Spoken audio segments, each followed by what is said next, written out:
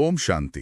आज 15 मार्च 2026 है। हम सब रूहानी यात्री सालों से ज्ञान सुन रहे हैं। जी बिल्कुल। और रोज अपनी डायरियां भी भरते हैं। हाँ, और कई बार तो हम दूसरों को बहुत अच्छी सलाह भी देते हैं। लेकिन एक सवाल है जो हम सबको खुद से पूछना चाहिए। वो कौन सा सवाल है? यही कि जब जीवन में कोई अचानक बड़ी मुसीबत आती है या कोई ऐसा व्यक्ति सामने आ जाता है जो हमारा अपमान कर दे, तो वो सारा ज्ञान कहीं पीछे क्यों छूट जाता है? ये बहुत ही गहरी बात है। ज्ञान होने के बावजूद हम तुरंत घबरा जाते हैं। बिल्कुल। ऐसा क्यों होता है कि ज्ञान रूपी अस्त्र होने के बावजूद हम उसका उपयोग नहीं कर पाते? आज की ये रूहानी चर्चा इसी एक सवाल का बहुत ही गहरा और स्पष्ट जवाब है। और शिव बाबा ने आज के सार में एक बहुत ही शक्तिशाली दिशा निर्देश दिया है। जी, बाबा कहते हैं, बाप दादा द्वारा मिले हुए खजानों को स्वयं में समाकर कार्य में लगाओ, अनुभव की अथॉरिटी बनो। ये शुरुआत ही अपने आप में एक बहुत बड़ा दर्पण है हम सभी आत्माओं के लिए। ये सार केवल पढ़ने के लिए नहीं है, बल्कि ये एक अलार्म है जो हमें जगा रहा है। एकदम सही। ज्ञान प्राप्त करना एक बात है, लेकिन उसे अपने भीतर समाना और फिर समय आने पर उसे कार्य में लगाना, यही वो पूरी यात्रा है जो एक साधारण सुनने वाले को एक अनुभव की अथॉरिटी बनाती है। जी। जब तक ज्ञान सिर्फ हमारी बुद्धि में है, वो केवल जानकारी है, लेकिन जब वो हमारे कर्मों में आ जाता है, तब वो हमारा अनुभव बन जाता है। और यही बात मुझे बहुत सोचने पर मजबूर करती है। हम सभी आत्माओं को ये तो पता है कि शिव बाबा ने हमें बहुत से खजाने दिए हैं। हाँ, बाबा हमेशा इन रूहानी खजानों की बात करते हैं। लेकिन जब हम खजानों की बात करते हैं तो दुनिया का ध्यान तुरंत पैसे, सोने या संपत्ति की तरफ जाता है। बाबा जिन खजानों की बात करते हैं वे अविनाशी हैं। बिल्कुल। क्या हम इन खजानों की गहराई को थोड़ा और विस्तार से समझ सकते हैं? क्योंकि अगर हमें खजाने की असली कीमत ही नहीं पता होगी, तो हम उसे संभालेंगे कैसे? देखिए, किसी भी चीज की सुरक्षा हम तभी करते हैं जब हमें उसका मूल्य पता हो। शिव बाबा हमें मुख्य रूप से 4 बड़े खजाने देते हैं। 4 बड़े खजाने। जी, सबसे पहला कौन सा है? सबसे पहला और सबसे बड़ा खजाना है ज्ञान का धन।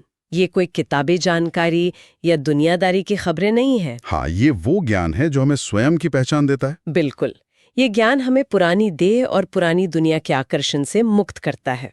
इसी ज्ञान से हम मुक्ति और जीवन मुक्ति का अनुभव करते हैं। मुक्ति यानी शांति धाम की अवस्था, जी, और जीवन मुक्ति यानी इसी जीवन में रहते हुए, सारे कार्य करते हुए भी कर्म बंधनों से मुक्त रहना। लेकिन यहाँ एक दुविधा आती है। ज्ञान तो हमें मिल गया, हमें समझ भी आ गया कि क्या सही है और क्या गलत। हाँ, जैसे हमें पता है कि क्रोध नहीं करना चाहिए। बिल्कुल, ये ज्ञान है। लेकिन जब सामने वाला उकसाता है, तब उस क्रोध को रोकने की जो आंतरिक शक्ति चाहिए, वो कहाँ से आए? अक्सर हम यही तो हार जाते हैं। और यहीं पर दूसरा खजाना काम आता है, जिसे हम योग का खजाना कहते हैं। योग का खजाना। ये कैसे काम करता है? शिव बाबा समझाते हैं कि ज्ञान हमें दिशा दिखाता है, लेकिन योग हमें उस दिशा पर चलने की शक्ति देता है। योग के खजाने से हमें सर्व शक्तियों की प्राप्ति होती है, यानी सहन करने की शक्ति, समाने की शक्ति और सामना करने की शक्ति भी। ये सब योग से ही आती हैं। जब ज्ञान और योग दोनों हमारे भीतर एक साथ काम करते हैं, तब जन्म होता है तीसरे खजाने का। और वो तीसरा खजाना क्या है? उसे हम धारणा का खजाना कहते हैं। धारणा का अर्थ है उन शिक्षाओं को अपने चरित्र का हिस्सा बना लेना। अच्छा, तो इससे हमारे भीतर स्वतः ही दैवीय गुण आने लगते हैं? जी बिल्कुल, जैसे पवित्रता, शांति, धैर्य। और जब हमारे भीतर ये गुण आ जाते हैं, तो हमारे हर कर्म से स्वतः ही सेवा होने लगती है। और यही वो चौथा खजाना है, सेवा का खजाना। एकदम सही कहा आपने। निस्वार्थ सेवा से हमें दुआओं का और आतीन्द्रिय खुशी का खजाना प्राप्त होता है। यह क्रम बहुत ही तार्किक और सुंदर है। ज्ञान से दिशा मिली, योग से शक्ति आई, धारणा से हमारा चरित्र बना, और सेवा से हमने दुआएं कमाई। लेकिन शिव बाबा एक बात पर बहुत जोर देते हैं। वे कहते हैं कि इन सभी खजानों को जमा करने का जो समय है, वो केवल और केवल वर्तमान संगम युग है। जी, ये समय अपने आप में सबसे बड़ा खजाना है। ऐसा क्यों है? ऐसा इसलिए है क्योंकि पूरे समय चक्र में, यानी पूरे कल्प में, यही वो एक छोटा सा समय है जब परमात्मा बाप और हम आत्माओं का प्रत्यक्ष मधुर मिलन होता है। हाँ, सतयुग या त्रेता युग में तो हम प्रलब्ध भोगते हैं, वहां ज्ञान की आवश्यकता ही नहीं होती। और द्वापर तथा कलयुग में हम परमात्मा को ढूंढते हैं, लेकिन मिलन नहीं होता। तो केवल ये वर्तमान संगम युग ही वो बैंक है जो अभी खुली हुई है, जहां हम अपनी रूहानी कमाई जमा कर सकते हैं। बिल्कुल सटीक बात कही आपने। इस बात को समझने के लिए मेरे मन में एक बहुत ही स्पष्ट चित्र बनता है। मैं सोचता हूँ कि दुनिया में अगर कोई बैंक एक विज्ञापन निकाले, कैसा विज्ञापन? कि आज हमारे यहाँ 100 रुपए जमा करें और हम आपके आने वाली 21 पीढ़ियों तक इसकी गारंटीड रिटर्न देंगे।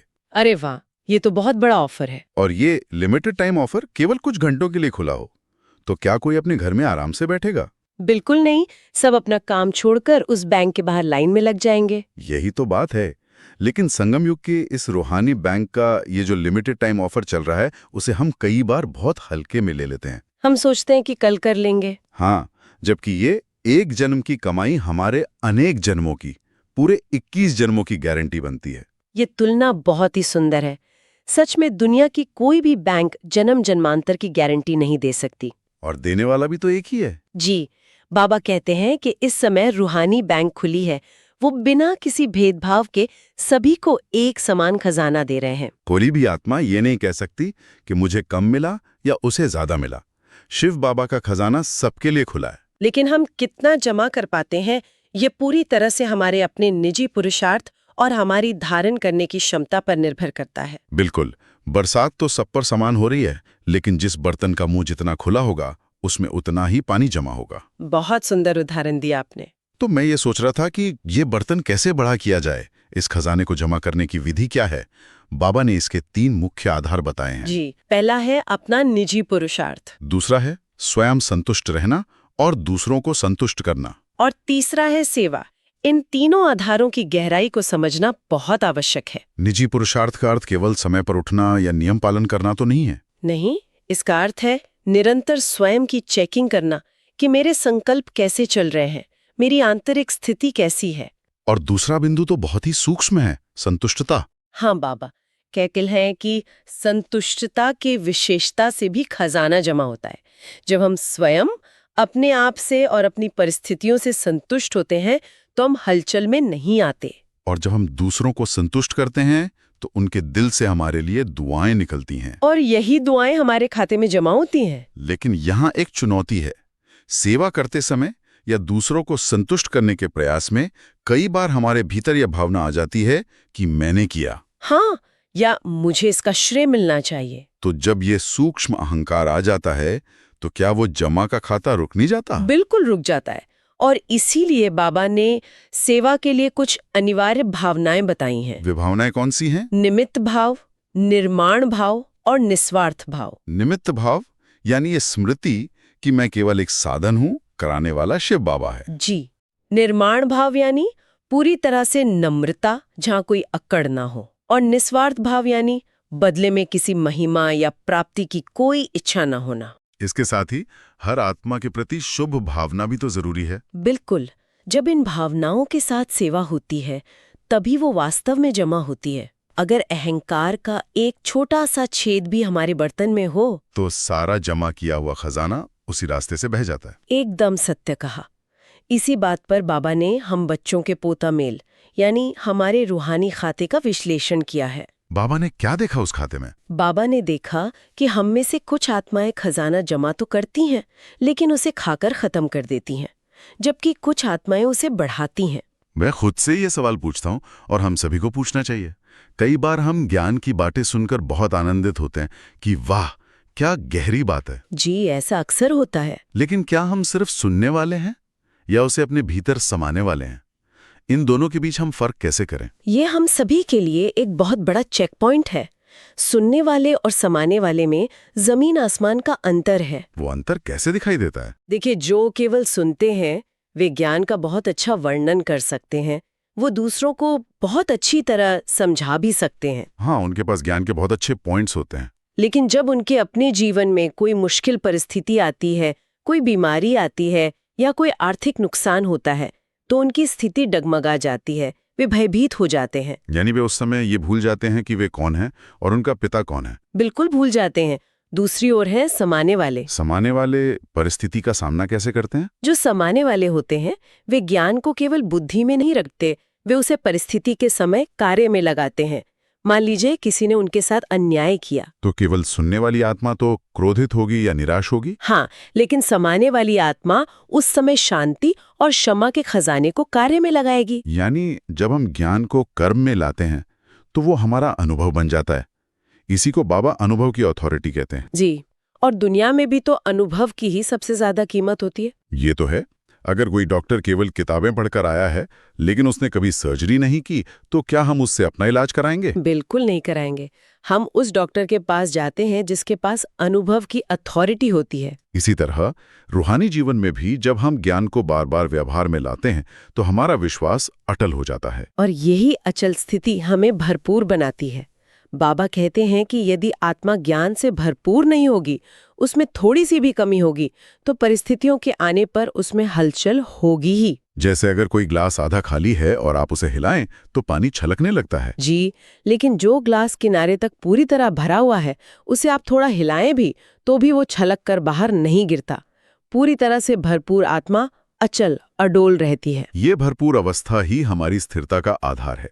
और बाबा ये भी याद दिलाते हैं कि ये सब करने का समय केवल अभी है। अभी नहीं तो कभी नहीं। बिल्कुल। इस भरपूर अवस्था का प्रभाव हमारे बाहरी स्वरूप पर भी दिखाई देता है। वो कैसे? बाबा कहते हैं कि जिसका भंडारा भरपूर है, वो हमेशा खिला हुआ गुलाब का पुष्प लगेगा। उसके चेहरे पर रूहानियत और नैनों में संतुष्टता झलकेगी। और जब हम स्वयं इस तरह भरपूर हो जाते हैं, तब हमारे ऊपर एक बहुत बड़ी जिम्मेदारी आती है। वो जिम्मेदारी है विश्व सेवाधारी बनने की। आज विश्व की आत्माओं की स्थिति देखिए। हर तरफ तनाव है, निराशा है, दुख है। आज विश्व को किस चीज की सबसे ज्यादा आवश्यकता है? भौतिक सुख सुविधाएं तो बहुत हैं, लेकिन आत्माओं को चाहिए खुशी, आध्यात्मिक शक्ति और सच्चा स्नेह। और ये सब देने वाले दाता हम ब्राह्मण आत्मा ही तो हैं। बाबा हमें याद दिलाते हैं कि हम इस विश्व में होलीएस्ट, हाईएस्ट और रिचेस्ट हैं। जी, हम पवित्रता में सर्वोच्च हैं और सबसे धनवान हैं, क्योंकि हमारे पास अविनाशी खजाना है। तो विश्व सेवाधारी के रूप में हमें ये शक्ति कैसे बांटनी है? बाबा ने इसके लिए ब्रह्मा बाप द्वारा अंत में दिए गए 3 बहुत ही गहरे शब्द याद दिलाए हैं। वाचा द्वारा निरहंकारी और कर्मणा द्वारा निर्विकारी। आइए इसे थोड़ा खोलकर समझें। मनसा द्वारा निराकारी का क्या अर्थ है? इसका अर्थ है कि हमारे मन के संकल्प देह और देह के पदार्थों से ऊंचे हों।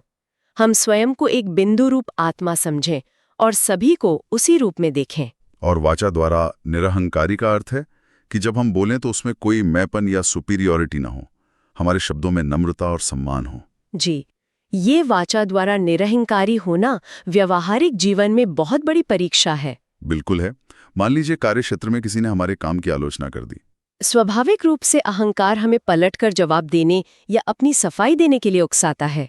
लेकिन अगर हम उस क्षण वाचा द्वारा निरहंकारी स्थिति में स्थित हो जाएं, तो हम उस आलोचना को शांति से स्वीकार कर सकते हैं। हाँ, या बिना किसी कड़वाहट के अपनी बात रख सकते हैं। इससे विवाद वहीं खत्म हो जाता है। और तीसरा शब्द है कर्मणा द्वारा निर्विकारी। इसका अर्थ है कि हमारे किसी भी कर्म में काम, क्रोध, लोभ, मोह या अहंकार का कोई अंश न हो। हमारे कर्म एकदम शुद्ध हों। जब हम इन 3 शब्दों को अपने जीवन का हिस्सा बनाते हैं, तब हम दुनिया के लिए आशाओं के सितारे बन जाते हैं। यहाँ शिव बाबा एक बहुत ही सुंदर भेद स्पष्ट करते हैं। हमें सिर्फ उम्मीदों के सितारे नहीं बनना है। उम्मीद तो लोग आसमान के तारों से भी लगा लेते हैं। बिल्कुल, हमें आशाएं पूर्ण करने वाले सितारे बनना है। यानी हमें अपनी आध्यात्मिक शक्ति और अपने शांत स्वरूप से उन निराश आत्माओं को आनंद और सुख प्रदान करना है। और इस पूरे पुरुषार्थ में जो सबसे सहज विधि बाबा बताते हैं, वो है स्नेह। स्नेह, ये तो वो बल है जो किसी भी मुश्किल काम को आसान बना देता है। जी, बाबा कहते हैं कि सबसे सहज पुरुषार्थ स्नेह है। जहाँ शिव बाबा से सच्चा स्नेह है, वहाँ मेहनत महसूस नहीं होती। मेहनत भी मोहब्बत में बदल जाती है। लेकिन बाबा ये भी कहते हैं कि हमें स्नेह के सागर में सिर्फ कभी-कभी डुबकी लगाने वाले नहीं बनना है, बल्कि उसमें सदा समाये हुए रहना है। जैसे एक मछली हमेशा पानी में ही समाई रहती है, वैसे ही हमारी बुद्धि सदा परमात्मा के स्नेह में मगन रहनी चाहिए। जब हम इस तरह शिव बाबा के स्नेह में समा जाते हैं, तो हमारे भीतर एक विशेष नशा और खुशी पैदा होती है। हमें यह स्मृति रहती है कि हम हर कल्प के अधिकारी आत्माएं हैं। और जब यह स्वस्थिति मजबूत हो जाती है तो बाहर की कोई भी परिस्थिति हमें हिला नहीं सकती। बाबा स्पष्ट कहते हैं कि कभी भी अगर कोई परिस्थिति आती है तो अपनी स्वस्थिति को नीचे ऊपर न करो, क्योंकि स्वस्थिति के आगे परिस्थिति कुछ नहीं कर सकती। इसे और भी सहज बनाने के लिए बाबा ने हमें एक बहुत ही सुंदर अभ्यास दिया है। वो है फरिश्ता स्वरूप का अभ्यास। ये अभ्यास वास्तव में हमारी पूरी जीवन शैली को बदल सकता है। फरिश्ता वो है जिसका इस पुरानी देह और पुरानी दुनिया से कोई रिश्ता ना हो, जो एकदम हल्का हो। बाबा चाहते हैं कि हम चलते फिरते फरिश्ता स्वरूप का अनुभव करें। जैसे ब्रह्मा बाप अव्यक्त फरिश्ता रूप में बैठे हैं, वैसे ही हमें भी कर्म करते हुए इस अव्यक्त स्थिति में रहना है। जी। इसे समझने के लिए मैं हमेशा वस्त्र बदलने की उपमा का प्रयोग करता हूँ। वस्त्र बदलने की उपमा, वो कैसे? जैसे हम दिन भर में अपनी दिनचर्या के अनुसार अलग अलग कपड़े बदलते हैं। जी। सुबह उठकर योग के समय हल्के वस्त्र, फिर कार्यक्षेत्र पर जाने के लिए औपचारिक वस्त्र। जी। ठीक वैसे ही बाबा ने हमें रूहानी वस्त्र पहनने का अभ्यास दिया है। ब्राह्मण, फरिश्ता और देवता। बहुत ही सुंदर उपमा है। हम सुबह ज्ञान सुनते हैं और पुरुषार्थ करते हैं तो हम ब्राह्मण हैं। और जब हम कर्म करते हुए भी देहभान से मुक्त, हल्के और सबके प्रति शुभ भावना रखते हैं तो वो हमारी फरिश्ता ड्रेस है। और जब हम पूर्ण सर्वगुण संपन्न स्थिति का अनुभव करते हैं तो वो देवता स्वरूप है। जो आत्माएं बार बार इस फरिश्ता रूप का अभ्यास करती हैं वही भविष्य में देवता बनेंगी। और जब हम इन 3 रूपों का अभ्यास करते हैं तो हम स्वतः ही एक बहुत ऊंची स्थिति में पहुंच जाते हैं, जिसे बाबा त्रिकालदर्शी की सीट कहते हैं। त्रिकालदर्शी शब्द सुनने में बहुत भारी लगता है। क्या इसका मतलब ये है कि हम भविष्य देखने लग जाते हैं? त्रिकालदर्शी का अर्थ जादू से भविष्य देखना नहीं है। इसका रूहानी अर्थ है कि किसी भी कर्म को करने से पहले या किसी परिस्थिति के आने पर हम केवल वर्तमान को देखकर तुरंत प्रतिक्रिया न करें। यानी हम रिएक्ट ना करें। जी, हम एक साक्षी की तरह पीछे हटें और देखें कि इसका भूतकाल क्या था, वर्तमान क्या है, और अगर मैं ऐसा व्यवहार करूंगी तो इसका भविष्य क्या होगा। जब हम इस तरह तीनों कालों को समझकर कर्म करते हैं तो हम कभी भी गलत कर्म बंधन में नहीं फंसते। बिल्कुल सही। साक्षी भाव से हर कर्म करने पर हम कर्म करते हुए भी उसके बंधनों से मुक्त रहते हैं। जो आत्मा सदा इस तरह बाबा के साथ रहती है वही अंत में उनके साथ चलेगी। तो आज की इस पूरी गहरी चर्चा का अगर हम एक बहुत ही व्यवहारिक निचोड़ निकालें तो वो क्या होगा? मैं मानती हूँ कि हमें आज से ही अपने संगम युगी बैंक खाते को गंभीरता से लेना है। हमें यह सुनिश्चित करना है कि हम ज्ञान को सिर्फ सुनकर खुश होने वाले ना रहें, बल्कि हर मुश्किल परिस्थिति में उस ज्ञान रूपी अस्त्र को निकालकर उसका प्रयोग करने वाले अनुभव की अथॉरिटी बने। बिल्कुल। हमें किसी भी परिस्थिति में अपनी स्वस्थिति को डगमगाने नहीं देना है। जब दुनिया निराश हो तो हमें अपने स्नेह, शांति और फरिश्ता स्वरूप से उनके लिए आशाओं के सितारे बनना है। ये याद रखना है कि स्वस्थिति के आगे परिस्थिति की कोई ताकत नहीं है। इस अचल स्थिति और मास्टर त्रिकालदर्शी के अभ्यास को और अधिक गहरा करने के लिए आइए हम सभी रूहानी यात्री आज के महावाक्यों में दिए गए वरदान, स्लोगन और अव्यक्त इशारे को पूरी शांति और एकाग्रता के साथ सुने और उसे अपने भीतर समा लें। वरदान: मास्टर त्रिकालदर्शी बन, हर कर्म युक्तियुक्त करने वाले कर्म बंधन मुक्त भव। जो भी संकल्प, बोल व कर्म करते हो वो मास्टर त्रिकालदर्शी बनकर करो तो कोई भी कर्म व्यर्थ व अनर्थ नहीं हो सकता। त्रिकालदर्शी अर्थात साक्षीपन की स्थिति में स्थित होकर कर्मों की गुह्य गति को जानकर इन कर्मेंद्रियों द्वारा कर्म कराओ तो कभी भी कर्म के बंधन में नहीं बंधेंगे। हर कर्म करते कर्मातीत स्थिति का अनुभव करते रहेंगे। स्लोगन: जिनके पास हद के इच्छाओं की अविद्या है वही महान संपत्तिवान है। ये अव्यक्त इशारे निश्चय के फाउंडेशन को मजबूत कर सदा निर्भय और निश्चिंत रहो। जैसे पहरे वाला चौकीदार अगर शस्त्रधारी होता है और उसको निश्चय है कि मेरा शस्त्र दुश्मन को भगाने वाला है, हार खिलाने वाला है, तो वह कितना निर्भय होकर के चलता रहता है। तो आपके पास भी सर्व शक्तियों रूपी शस्त्र सदा साथ हैं। सिर्फ आवाहन करो, अर्थात मालिक बन, ऑर्डर करो, तो सफलता सदा हुई पड़ी है। ओम शांति।